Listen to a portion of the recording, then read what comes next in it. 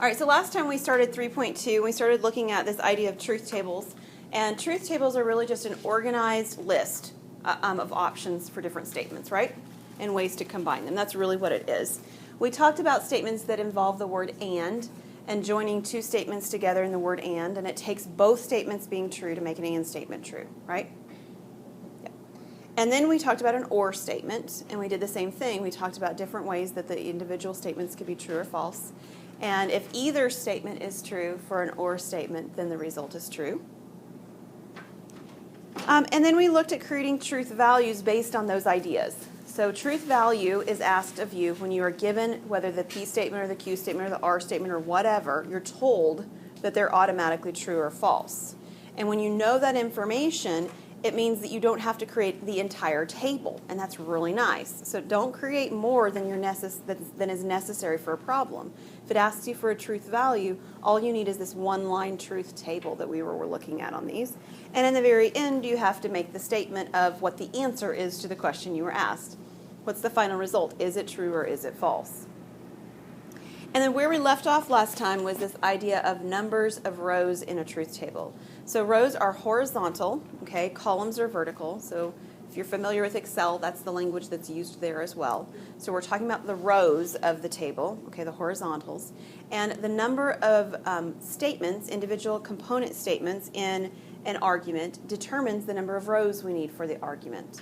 So if we have two component statements, P and Q, then we have 2 squared, or 4, rows in our truth table. And that leads us to where we're going to look at today. So we left off on this one noticing that there were 3 component statements. There's a P, there's a Q, and there's an R. And then 2 cubed is the number of rows that we will end up with in our truth table. Okay, everybody kind of caught up to where we were? Everybody remember? Okay, so taking a look at this then, we will always start our truth table, and I want to make sure that you understand that the order doesn't matter in the sense of it's a logical argument if you mess the order up, but if you hope to check anything in the back of the book or something like that, it matters because they're going to always stick with a certain order. So it makes sense to just kind of stick with the order that's sort of accepted in what the book is using. Sound okay? It's going to make it a lot easier for me to grade too, so that's a very selfish request, okay? All right. So when we're looking at the truth table, your order will always have P first, Q second, and R third. That's one issue, okay? They're always going to do that. And then, after you use the P and the Q and the R, and you'll include all 3 of them regardless of whether they're in the individual argument you're looking at. Okay, so if I've got a P and a Q and an R, I'm going to make columns for P, Q, and R. But if you notice, I don't really have Q in the argument. Not exactly, right? What do I have in the argument? I need to have a negated Q, a tilde Q. So I'm going to need a column for tilde Q, but I still use a column for Q. Okay, so I don't just get to not list Q because I don't have a Q by itself. I'm still going to list the Q. But then I am going to have a tilde Q, a negation of Q, in my table as well. So we'll do that one next. All right, what did we do last time after we got the individual statements and any tildes or whatever listed? What did we do next? Parentheses. Do you remember that? Right? So it's just like algebra, we start inside the parentheses. So I'm going to have a P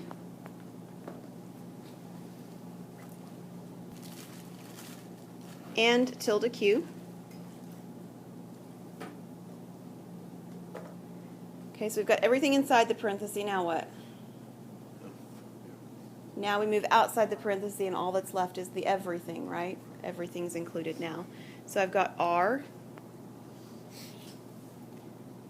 I've got an or one, and then I've got the P and tilde Q.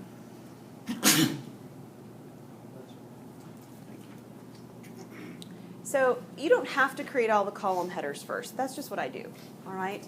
I definitely think it makes sense to create the PQR column headers first, but then you could fill in the details and go in, backwards order or whatever. It wouldn't hurt anything. All right, so we haven't done a table that's this big yet. Okay, so you notice this is a whole screen worth of table, right? Okay, and it's going to take us, because we know how many rows we're going to have is 8. We're going to have 8 rows. So let me fill in the rows for you, and then I'll explain why that makes sense and why it actually works, okay? So what we're going to do first is we're going to fill into row P 4 T's, and then 4 F's.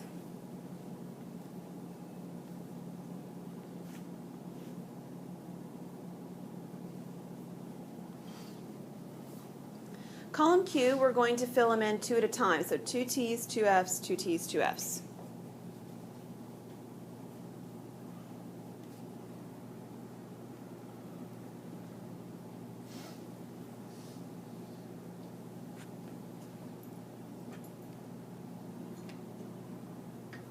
What do you think maybe we're going to do in column R? That's right. We're going to oscillate T, F, T, F, all the way down. Awesome. All right. So, thinking through these, looking at these, let me talk about why this works. These are all of the different possibilities. So notice, if I take a look at half of them, the first half, I've got 4 T's in the P column, right? And then the rest of this over here looks just like it would have looked if I'd had a 2-column truth table, right? 2 T's, 2 F's, TF, TF. And then the same thing down here. I've got all the F's in the P column, and then I've got 2 T's, 2 F's, TF, TF. That's one issue to sort of notice. The other thing that you can notice is that every possibility is really present here. This top row is the all true row. The second row just has the third statement false. The third row just has the second statement false. And then the fourth row has the second and third statement false. And then we can do the same thing down here. This one has the first statement false only. And then this one has the first and the third. And this one has the first and the second. This one has all 3 of them false. So this really does get all the different options of how these statements can be both true and or false combined together. Okay? All right. Next row then is next column is tilde Q. What do I do for tilde Q? How do I find it? Easy. Turn the truths into falses and the falses into true. From which row or from which column? From the Q column. So I'm going to go back to the Q column, and I'm going to do exactly what Leah said. I'm going to turn all the trues into falses and all the falses into trues.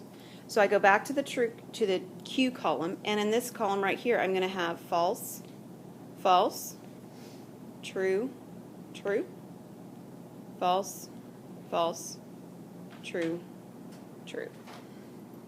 All good? All right. And then the last 2 columns in this particular table are combining statements together. And so whatever it takes on your paper to sort of focus your attention on the right columns, I use highlighters up here. You can use whatever you're wanting as you're sort of looking. If you just cover things up with your hands, that's fine too. This column tells me I need column P and I need column tilde Q. So those are the 2 columns that I'm going to be comparing and combining together. And I'm combining them with what type of a statement? It's an and statement. And when is an and statement true? When they are both true. Okay? So looking at these 2 statements, I've got along the top row an F and a T, so it's, a T and an F, and so it's false. And then I've got another T and an F, so it's Also false. Yeah, also false. Oops, that doesn't look good. And then the next 2 rows both start out true underneath P and true underneath tilde Q, which means those statements are true. So 2 trues. And then I contend that my last 4 are automatically false, and I don't really have to do a lot to convince you, I hope. Why? Yeah, all of this starts out false. So I can't get a true statement that's and if they all start out false, right? So the last 4 in this row, or column, are also false. Good? All right, last column then. Let me change the highlighter color. We're going to use the column that I just created, and what other column? Column R. Yep. R over here. Okay? We're going to do the same thing, but this time we're joining them with what statement? Or. When is an or statement true? When either one of them's true. So if I have any true statement on those 2 columns, on the row I'm looking at, then the statement's going to be true. So if I start out at the top, the first one at the top, I've got T here and F here, which gives me true. And then I've got false and false, which gives me False. false. Row 3, I've got true and true, which gives me true. And then row 4 is false and true. That one's true. Row 5, true and false. Row 6 is false and false. That one's false, right? Row 7 is true and false.